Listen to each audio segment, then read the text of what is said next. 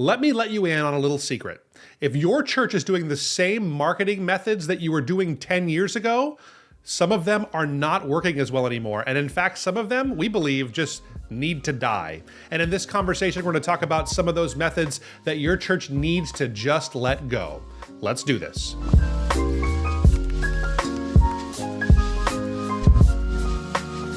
Well, hey guys, I'm Thomas. And I'm Ian.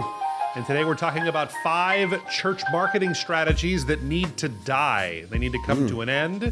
Ian, you and I have been doing this for a long time now. We've been, I think we've seen many iterations of what works best for church marketing. Yeah. And you and I have been helping churches do marketing since 2006, 2007 time. And it's a lifetime when it comes to marketing. It is. So it's almost like we were from the Mad Men days of marketing, it seems like, for churches. The early days. Church marketing Mad Men. Yes. That's what we were. So it was nothing like the show. Don't get me wrong. I don't imply that. A Christian version. A little crazier. No, I'd say. But no, it's anyway, but I think it's something that should be a good conversation for us today to talk about some of those things. All of these are areas that I think that at least some of them were things that we used to see be the primary ways that churches did marketing, even in our time doing this. And that's totally changed to this point here. So I think it should be a good conversation. What do you think? Yeah, I think it will. And it may be a no-brainer to cut some of these marketing strategies we're going to talk about to some, but it may come as a shock to others. Yeah, no, I think so too. So I'll kick it off. This one was the king when you and I started doing marketing for churches, helping churches with websites, those kinds of things. Yeah. But the king of church marketing then was the direct mail, and that's the first one we'll tackle today. Is direct mail. Its time has come and gone. When I talk about direct mail, I'm talking about typically postcards that churches will send to people that are in a specific zip code or an area of a zip code. And in those times, and still to this day, churches would get a discount as a nonprofit. They could get a discount on their postage side of things. They'd still pay full price for printing, and it was just it was a big mass mailer. And every church plant that ever started, they would do a mass mailer to their community and put some stuff in people's hands. And there were all kinds of thoughts behind this here, and it did work. It worked really well for a time. It was a great way to get the word out there about your church. But I think the reason for this one, and the primary reason why it's time to kiss this one goodbye, is because there are so many better methods of marketing today to get the word out there about your church. So some of the specific challenges with direct mail and why it doesn't make sense anymore is, number one, it's just expensive. You're paying... even if you're using the discounted postage rate as a nonprofit, you're also printing and doing all that stuff. It's going to cost you about 50 cents at a minimum per postcard to get it into people's hands, delivered to their doors. So that's expensive when you compare it with other channels. Like, you call that an impression in the marketing world. So it's one chance for it's one set of eyeballs that can see it. Right. Whereas with things like Google ads or Facebook marketing or any of those, you're paying less than a penny per impression in most cases. So much less expensive to get that. I think there's some challenges with the targeting side of things with direct mail. You can't really get... you can only target specific zip codes. There are some products out there where you can do like a new movers direct mail. So every time someone new moves, you'll give them a direct mailer, and you can get a little bit of targeting. But my goodness, when it comes to search ads or social media advertising, you can get so laser focused on an exact demographic that you can get the exact right message to them. And then I think the biggest one is just it annoys people, right? I mean, I don't know. Direct mail is something that I have a P.O. box, and I also have a home mailbox where we get mail. But like, my first step every time I get mail is the trash can and just putting things directly into there just to avoid clutter in our house. So I don't know. It's an annoying thing. What do you think about direct mail? Does it have a place still? I don't know. Probably not. No. I thought for a second there, when would it maybe make sense?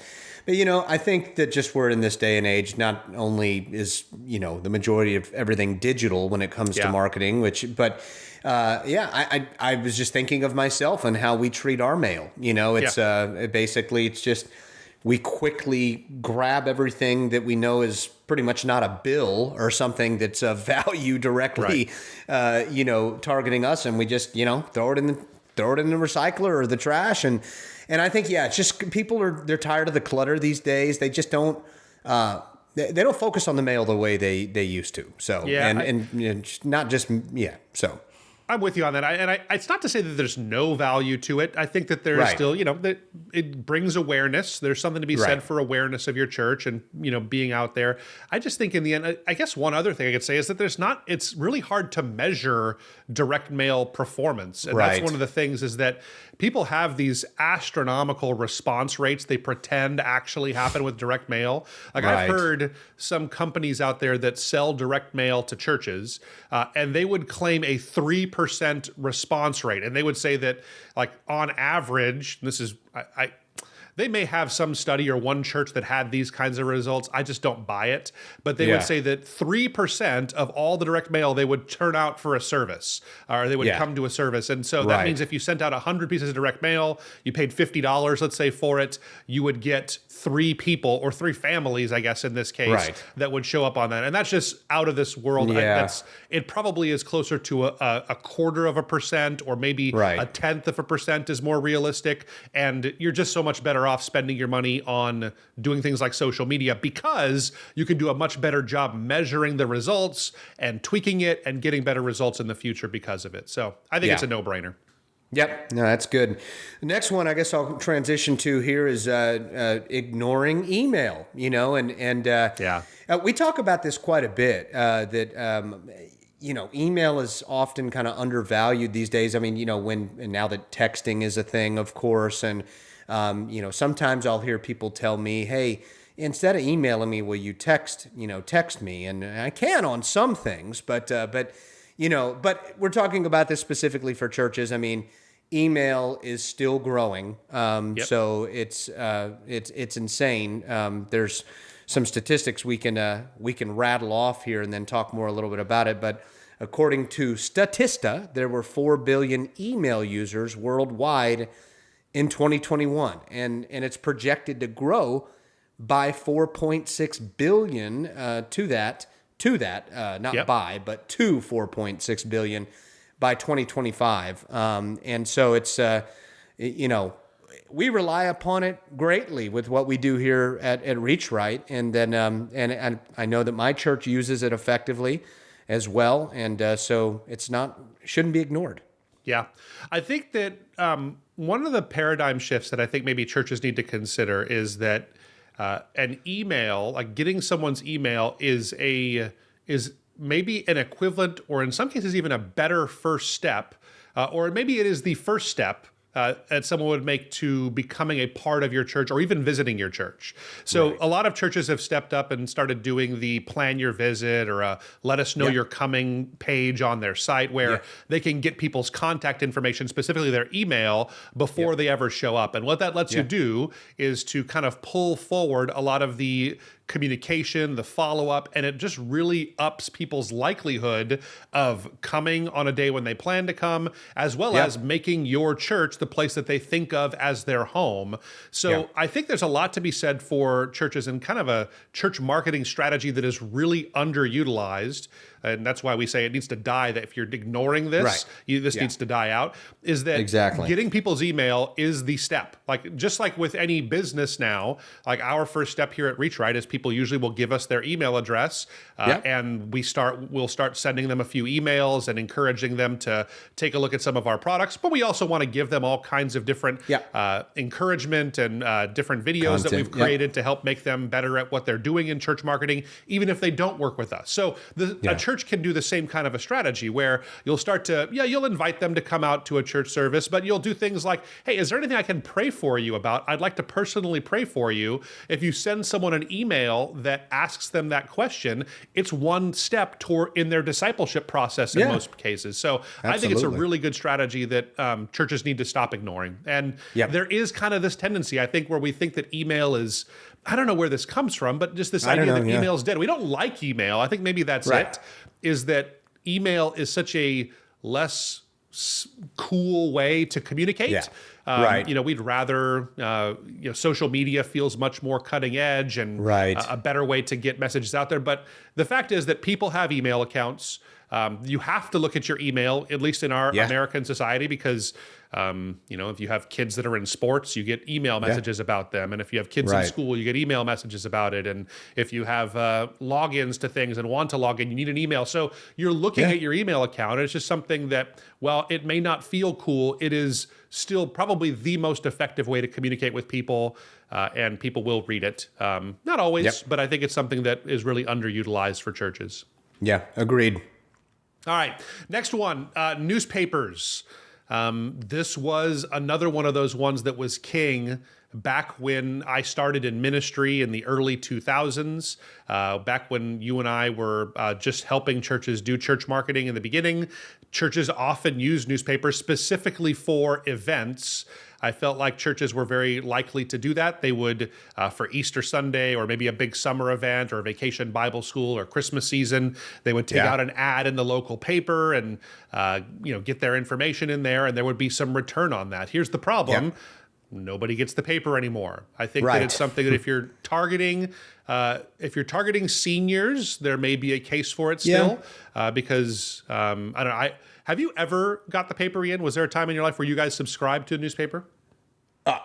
As an adult, no. Not as an adult. My parents. But your mom did when you were a kid, I assume, My right? mom did, yes, yes. Do you know if she does still?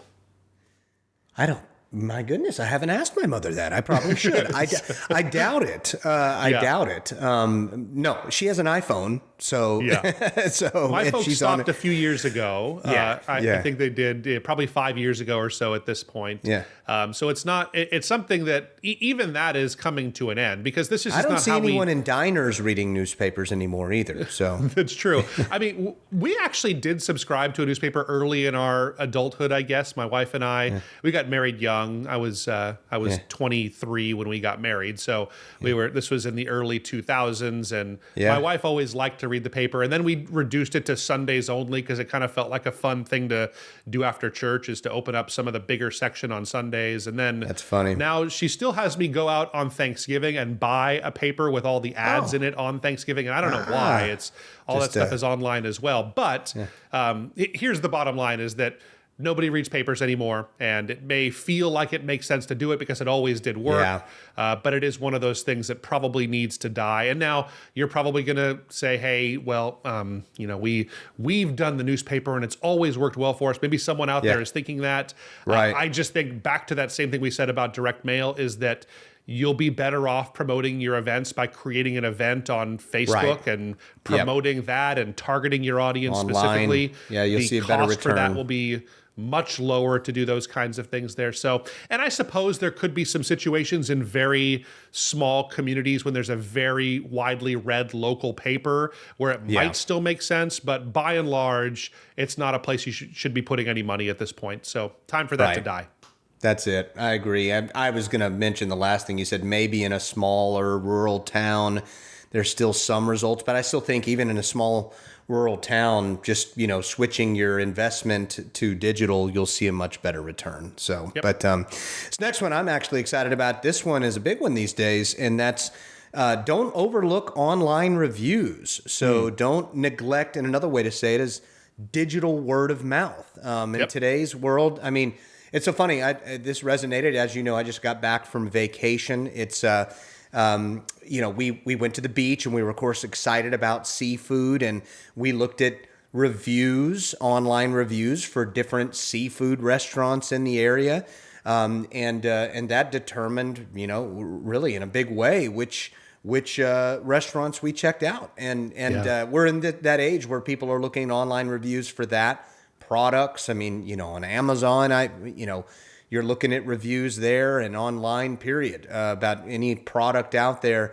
And this, I think sometimes to a ministry leader, it could be like, well, how does that relate to a church? Yeah, I can see that relating to business, but I think, yes, this greatly impacts, your reputation as a church online. And so, encouraging your members and folks to, if they had a positive experience and enjoyed it, to to leave a review is great these days, because it's going to be seen and people will look at reviews for a church. And so that's really important. As a matter of fact, in our example of when we went to the beach, my wife actually left a negative review on a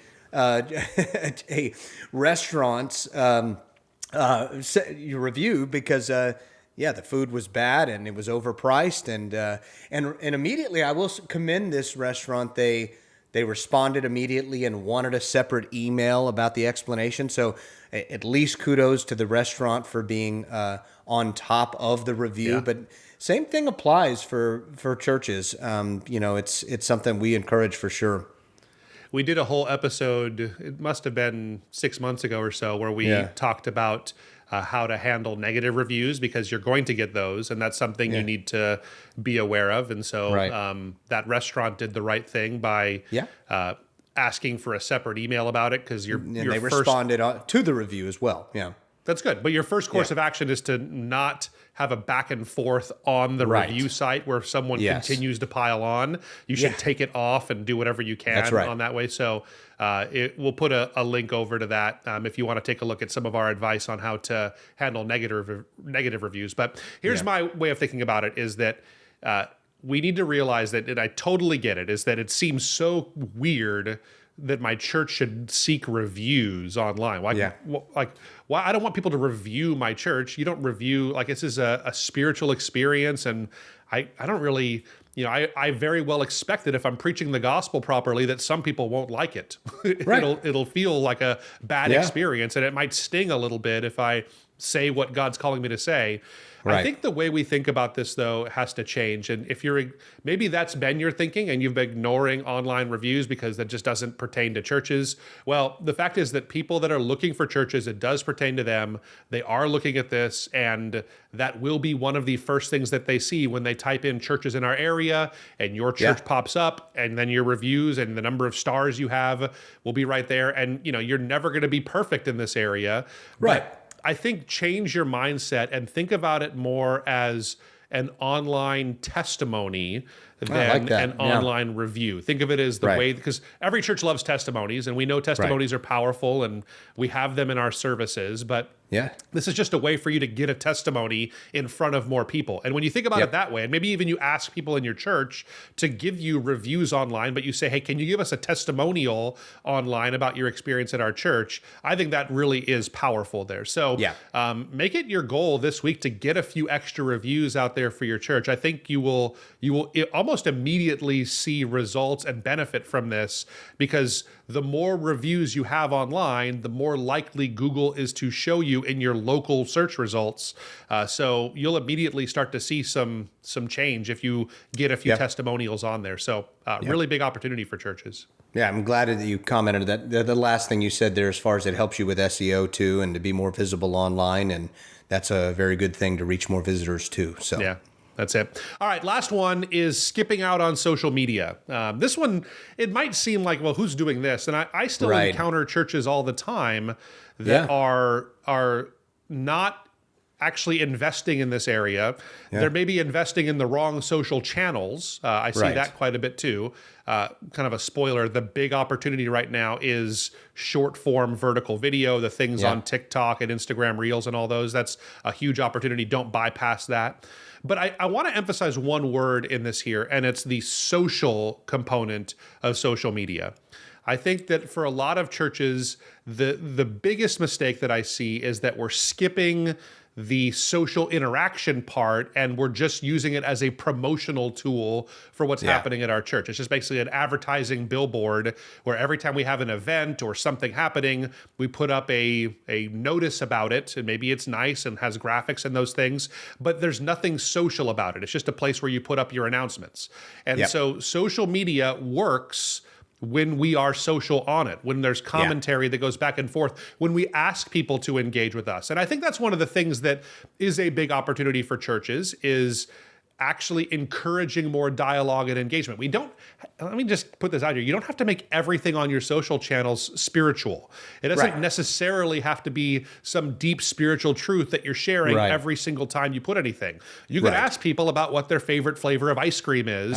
And that is okay to start conversations, knowing that there'll be other opportunities for you to share the gospel with people or share some of those deep spiritual truths there. Think about it like a sermon, I guess. Is that you don't have to make everything that comes out of your mouth in a sermon the exact, like a gospel presentation. A good sermon is going to have other stories in there and telling you about a time that I had this. And then when it gets people's attention and they're listening to that part of the story or the illustration, just like Jesus did, then you turn it and say, it's just like that with the kingdom of God. It's the same way. Think of social media that way. And we talk about ice cream and candy bars and which sports team is your favorite. And then at just the right time, you pivot to talking about, and here's something else that I know about is what Jesus says about this issue, or here's what it's like in the kingdom of God. So I think that's a big way that churches skip out on social media.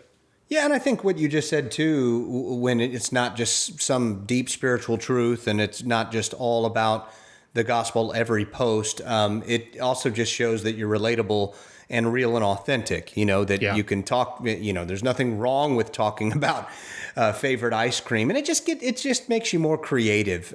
So, and I think that is maybe a lot of churches don't utilize social media enough because they struggle, thinking of creative ways to post and, creative content to share. So it's something we love. I know personally, I love consulting with churches, giving them creative ideas of things to mix up and change with their, on their social media channels. So, it's definitely very important.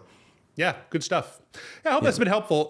These are 5 things. There's several other things, and we have lots of other content that we've created about what you should be doing for church marketing right now. And so please do take a look. If this has been helpful for you, it would mean a lot to us if you would hit that subscribe button, if you're listening to this on audio, subscribe to the podcast as well. Give us a comment. We'd love to hear what you think. Is there something that you think needs to die in the church marketing world? Let us know down in the comments below, and we'd be happy. And one of the things we do on this podcast often is we'll take comments that people leave or questions you may ask and turn it into an episode. So if you have any questions for us about any of these things we talked about today, let us know about those too. And that's it for this week. We'll catch you next time. Yep, absolutely.